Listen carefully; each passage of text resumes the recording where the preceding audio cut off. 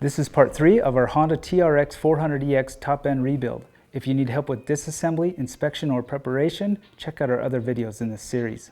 Now, most pistons are directional, and you'll need to pay attention to that. It'll be identified with a letter or an arrow or a punch dot. In this case, it's on the intake side and it says IN, so we just need to rotate the piston so that the IN is on the intake side. Let's put some assembly lube on the crankshaft rod where the pin goes, and then put some on the piston pin and where the piston pin goes into the piston.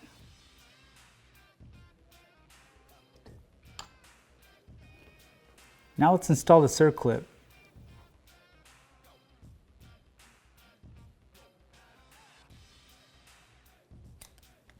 Now let's install our base gasket and dowel pins.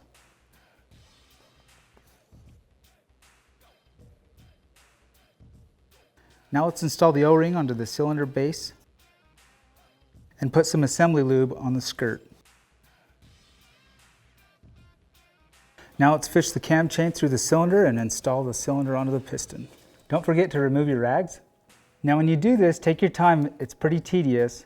You just need to compress one ring at a time and slowly work the cylinder over it.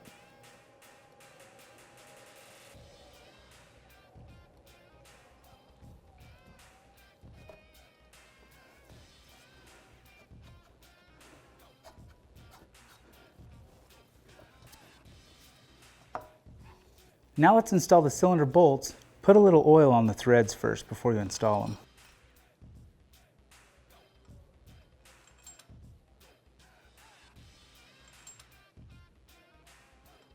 Torque them to 15 foot-pounds in a crisscross pattern, and then again at 33 foot-pounds in a crisscross pattern.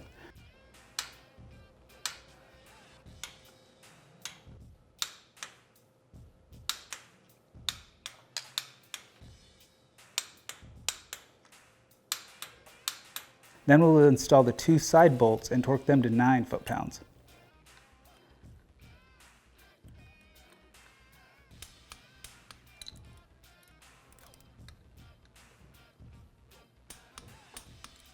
Now let's install the chain guide, head gasket, and dowel pins.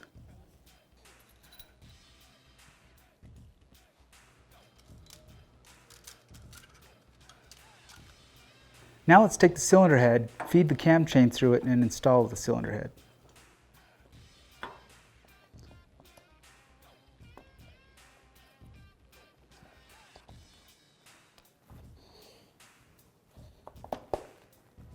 Now when you install the washers, 3 of them are the same and 1 of them is slightly bigger. That one needs to go on the outside.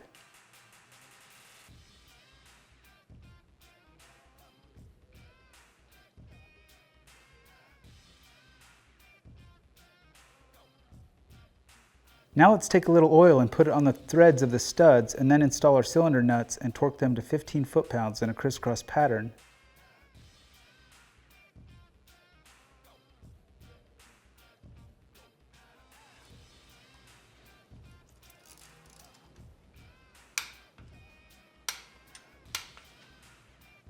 And then again at 33 foot-pounds in a crisscross pattern. Now we need to install our tiny spring and plunger. Just be careful not to drop it into the motor. Make sure to put a little oil on it when you install it. Now if your engine isn't already at top dead center, go ahead and double check it and make sure that it is. Now let's put some assembly lube on the bearings and the camshaft journals.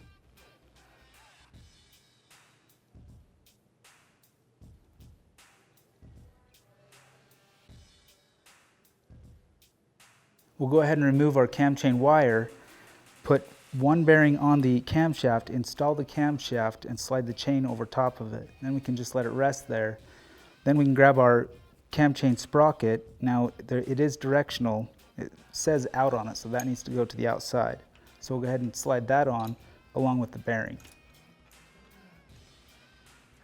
Now the cam sprocket side bearing, the shield goes to the outside.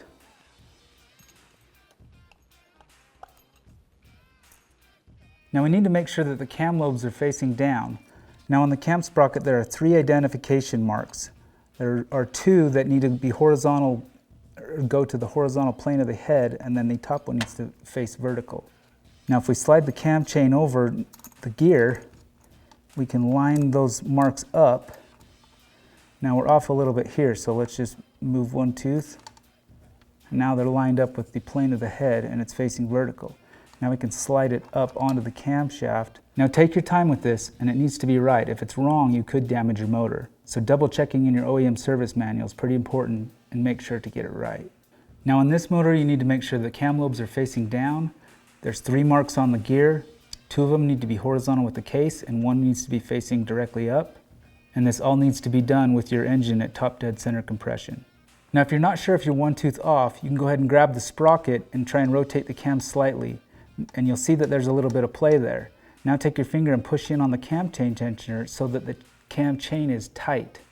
This will give you the accurate position of the sprocket. Using some thread locker, let's install this top camshaft bolt. And then we will rotate the motor over and install the second camshaft bolt. Then we will rotate it back and torque the top bolt to 14 foot-pounds. Then we will rotate it back to the second bolt and torque it to 14 foot-pounds. Now we need to install our camshaft locator pins.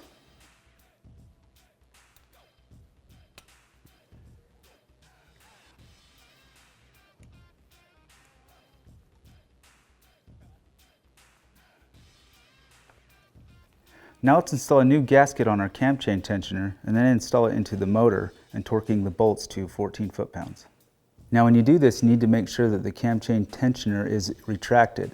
If you need the special tool, go ahead and get that, or you can use a screwdriver.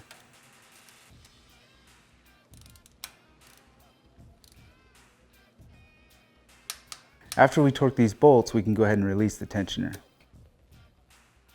Now put your cover screw back on. Now let's install the valve cover dowel pins and gasket.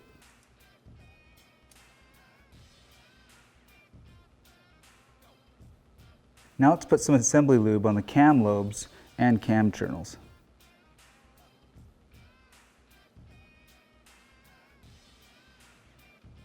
Along with the tips of the valves. You can be liberal with this stuff as your motor needs lubrication when you first start up. It will also help with the break-in process. We will also put some assembly lube on the rocker arms, camshaft pads, and valve cover camshaft journal. Now if you don't have assembly lube, you'll definitely need to use some new engine oil when you assemble, but it's worth getting a bottle because it'll help with the break-in procedure. Next we'll install the valve cover. Now torquing the valve cover on is pretty important.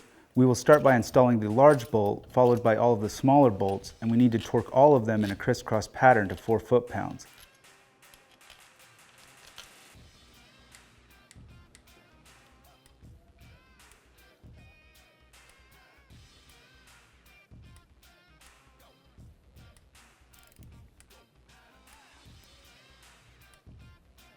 Then we'll go back to the large bolt and torque it to 17 foot-pounds, followed by all of the smaller bolts to 9 foot-pounds, all in a crisscross pattern.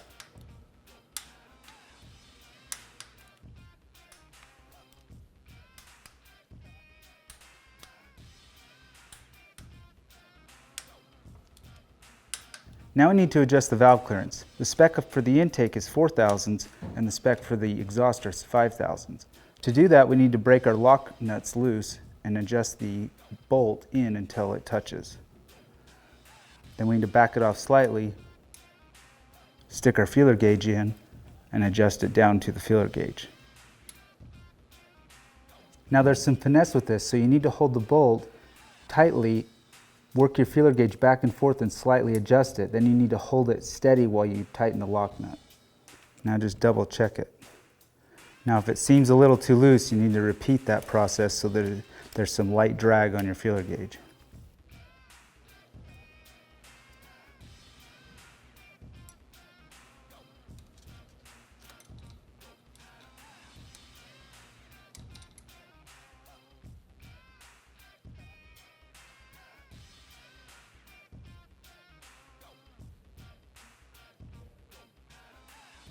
Now let's put some oil on our new O-rings, install them on our valve adjuster caps, and then install the caps into the valve cover.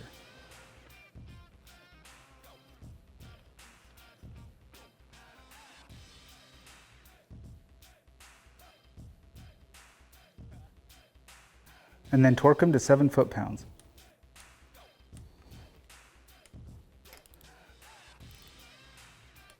Now let's install the intake manifold. Let's install our new O-ring and then we will torque all 3 bolts to 9 foot-pounds.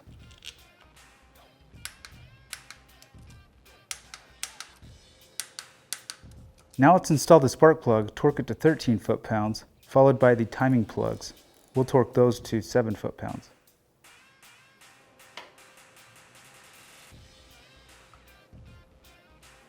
Now let's install the oil return line and our top engine mount.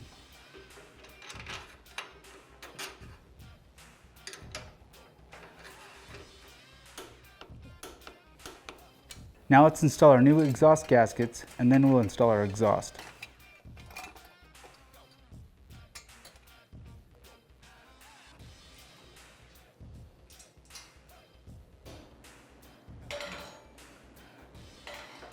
Now let's use a little dielectric grease and install our spark plug cap.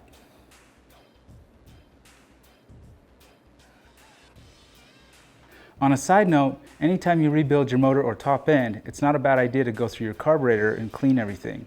If you need more information on this, check out our How to Clean Your Carb video. Now let's install the carburetor and our throttle cable.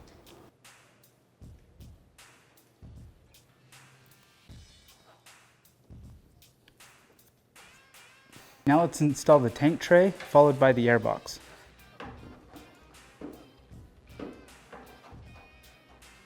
Now let's attach our crankcase vent hose. Now let's add some oil. If you need help with this, check out our oil change video.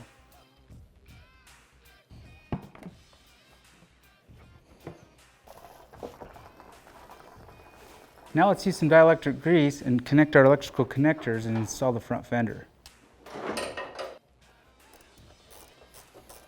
Now before we put any more plastics on, let's go ahead and connect the battery and we'll fire it up and check for leaks and see how it runs.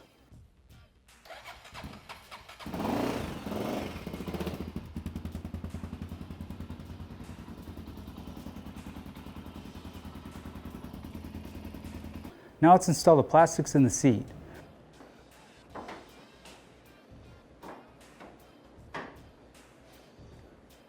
And my last note is the smoke. Don't be too concerned about the smoke, it's just the excess oil burning off of the engine from the assembly process. Just make sure that you wash it off before you go riding. And that's it. That's all there is to rebuilding the top end on your 400EX. Come check us out at RockyMountainATVMC.com for all your parts, apparel, and accessories. And remember, all orders over $75 ship for free, and make sure to subscribe to our YouTube channel. This is Steve, we'll catch you next time.